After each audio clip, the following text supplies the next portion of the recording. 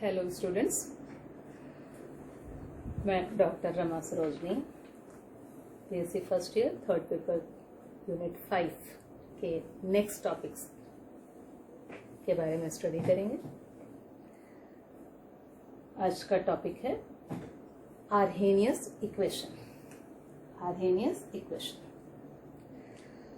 On the basis of concept of energy barrier यानी ऊर्जा अवरोध एंड एक्टिवेशन एनर्जी सक्रियण ऊर्जा। Arrhenius described temperature dependence of reaction rate constant by using an equation. So on the basis of one energy barrier and two activation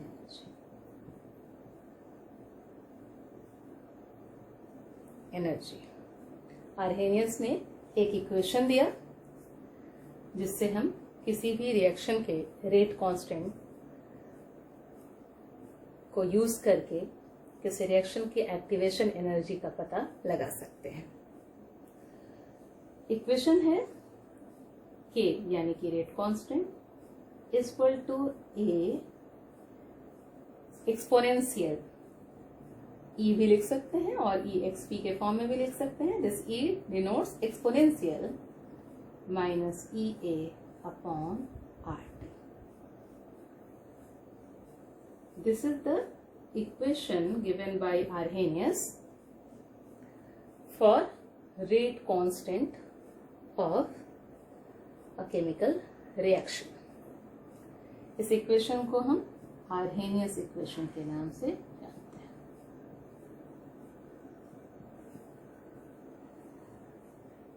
इस Arrhenius equation में जो different parameters use किए हैं उनके बारे में where K is rate constant,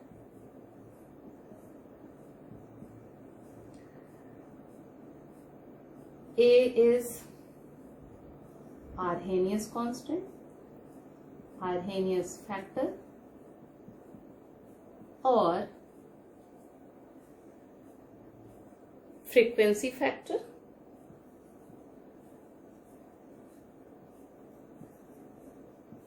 और ये एक्सपोनेंशियल के पहले है इसलिए एक और नाम से जाना जाता है pre exponential factor। EA is activation energy, EA सक्रियण ऊर्जा है, P केल्विन टेम्परेचर है,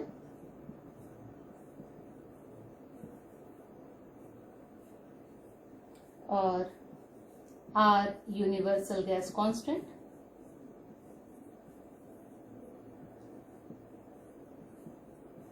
जिसकी कई वैल्यूज हैं। एक वैल्यू 8.314 जूल पर केल्विन पर मोल ले सकते हैं, और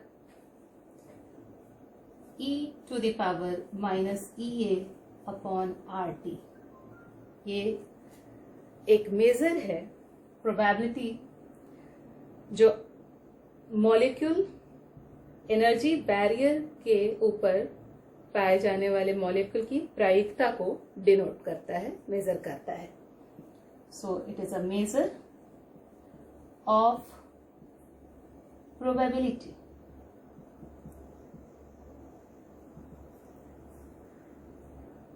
for occurrence of molecule at the top of energy barrier यानी ऊर्जा अवरोध के ऊपर पाए जाने वाले मॉलिक्यूल की प्रायिकता को बताता है। इसके पहले के लेक्चर में हम लोगों ने पढ़ा कि एक्टिवेशन एनर्जी क्या होता है। एक बार फिर से उसको रिकॉल करते हैं। एक्टिवेशन एनर्जी है क्या? So it is the additional energy required by the colliding or reacting molecules over their average energy. Reacting यानी अभिकारक अणुओं के औसत ऊर्जा के ऊपर जो एनर्जी की आवश्यकता उन्हें होती है, जिससे वो एक्टिवेटेड कॉम्प्लेक्स का फॉर्मेशन कर सकें, जो फिर प्रोडक्ट में कन्वर्ट हो पाएगा, उस एडिशनल अतिरिक्त ऊर्जा को हम सक्रियण ऊर्जा, एक्टिवेशन एनर्जी कहते हैं। तो इस इक्वेशन को हम आर्हेनियस इक्वेशन कहते हैं। इसके बारे में, इसको किस तरह से डिटरमाइन करना है, इसके बारे में, इसके बेस पे एक्टिवेशन एनर्जी कैसे प्राप्त करेंगे, उसको हम आगे के लेक्चर में पढ़ेंगे। Next,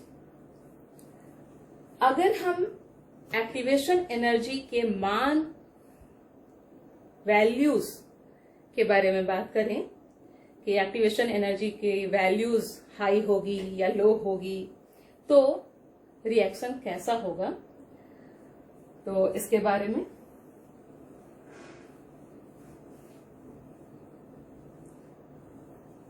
so depending on the magnitude of activation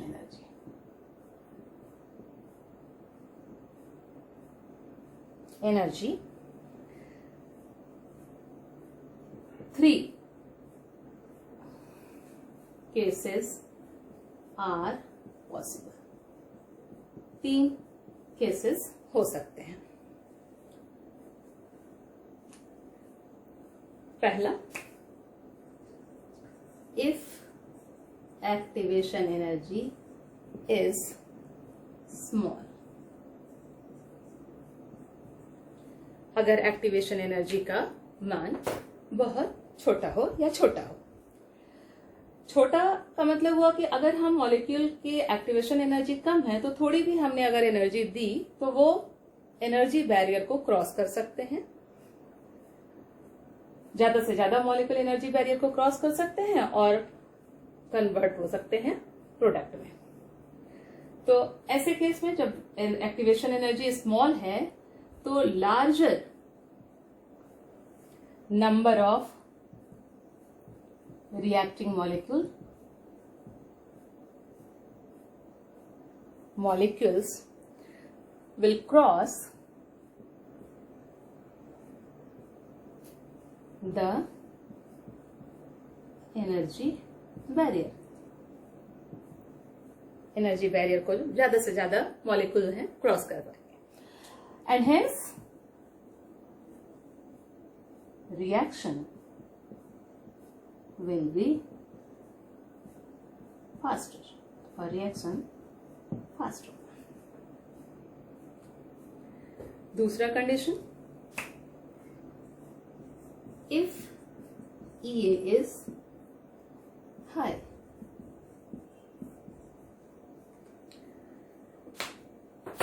ठीक इसके विपरीत, अगर एक्टिवेशन एनर्जी की वैल्यू ज्यादा है, हाई है, तो एनर्जी बैरियर को क्रॉस करने वाले मॉलिक्यूल्स का जो नंबर होगा वो कम होगा, और कंसिक्वेंटली जो रिएक्शन है वो स्लो होगी। तो laser number of reacting molecule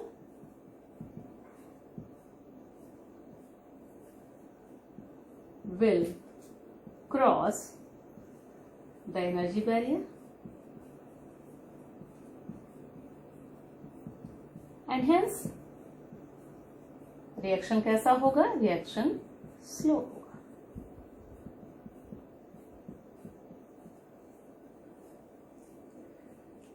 small तो लार्ज रिएक्टिंग मॉलिक्यूल क्रॉस करेंगे, हाई होगी अगर activation energy, laser number of reactive molecule cross कर पाएंगे एनर्जी बैरियर को और रिएक्शन स्लो हो सकता है। तीसरी कंडीशन, इफ EA इज 0, अगर एक्टिवेशन एनर्जी का मान 0 हो, ऐसे केस में क्या होगा, मीन्स कोई एक्स्ट्रा एनर्जी की रिक्वायरमेंट नहीं है, यानी सारे के सारे मॉलिक्यूल की जो एनर्जी है वो लगभग एनर्जी बैरियर को क्रॉस कर रही है। ऐसे केस में each reacting molecule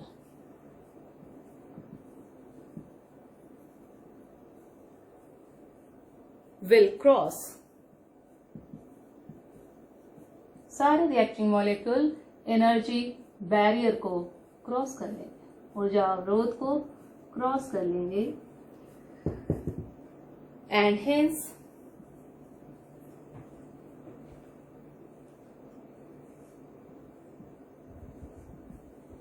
hence the reaction will be instantaneous और explosive।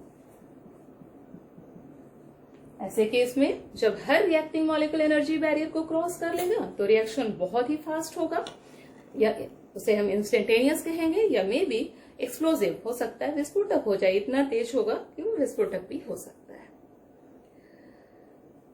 नेक्स्ट क्राइटेरिया जो हमने लिया है एक्टिवेशन एनर्जी के लिए, यहाँ पे हमने 3 कंडीशन देखा, EA small, EA high, EA 0। अब depending on the relative energy of the reactant and product, ये किस केस में होगा, जब रिएक्शन रिवर्सिबल हो। अब हम डिस्कस करेंगे कि अगर रिएक्शन रिवर्सिबल हो तो एक्टिवेशन एनर्जी का क्या इफेक्ट होता है, इसके बारे में डिस्कशन करेंगे।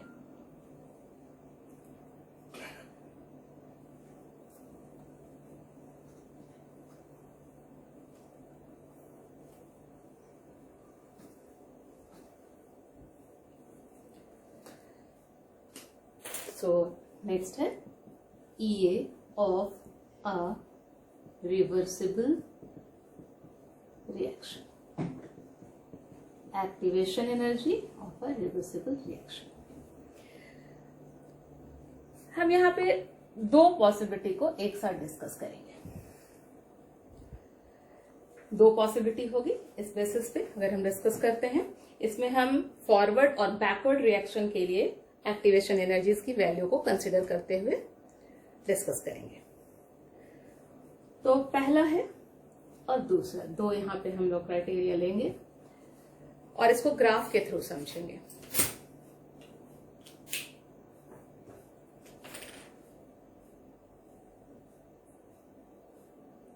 दोनों ग्राफ को हम साइमल्टेनियसली एक साथ बनाने की कोशिश कर रहे हैं। यहाँ पे मैंने लिया है, इस एक्स एक्सिस पे हम रिएक्शन कोऑर्डिनेट को डिस्कस करेंगे, लेंगे। वाई एक्सिस पे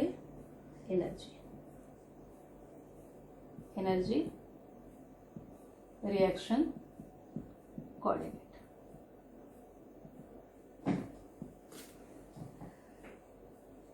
ये ईपी यानी कि एनर्जी ऑफ प्रोडक्ट, ER यानी energy of reactant, and this is ET, this is threshold energy. तो रिएक्शन इस तरह से प्रोसीड करेगा।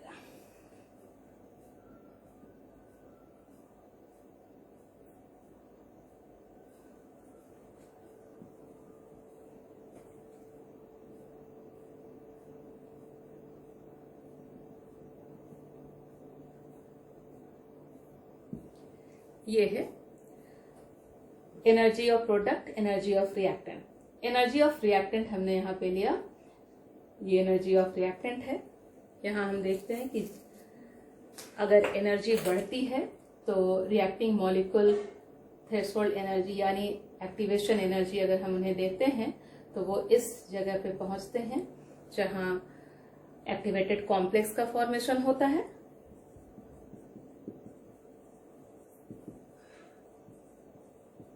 उसके बाद वो प्रोडक्ट में बदलते हैं और प्रोडक्ट की एनर्जी हमने देखा यहाँ है. This is the energy of product, this is the energy of reactant.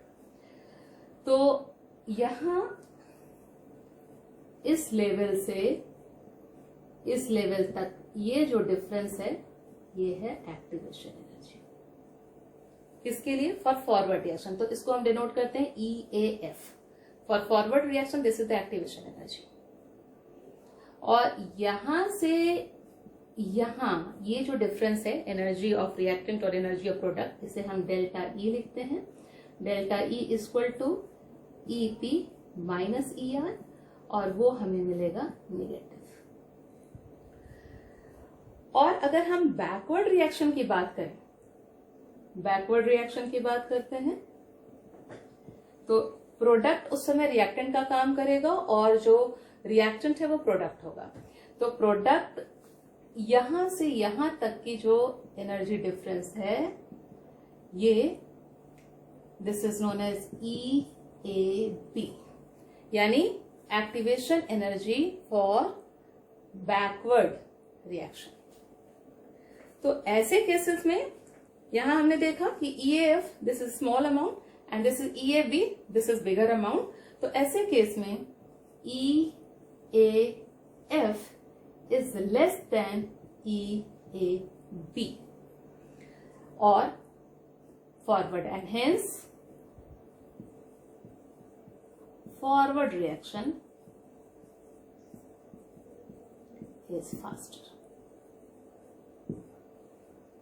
And this is for in case of अगर हम फॉरवर्ड रिएक्शन की बात करते हैं तो ये एक्सोथर्मिक होगा. सिमिलरली अब हम यहां देखते हैं.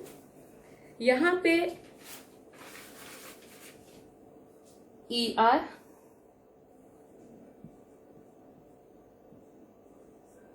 एनर्जी ऑफ रिएक्टेंट, ये हमने लिया इस तरह से. एनर्जी ऑफ रिएक्टेंट और एनर्जी ऑफ प्रोडक्ट. तो this is ER and here it is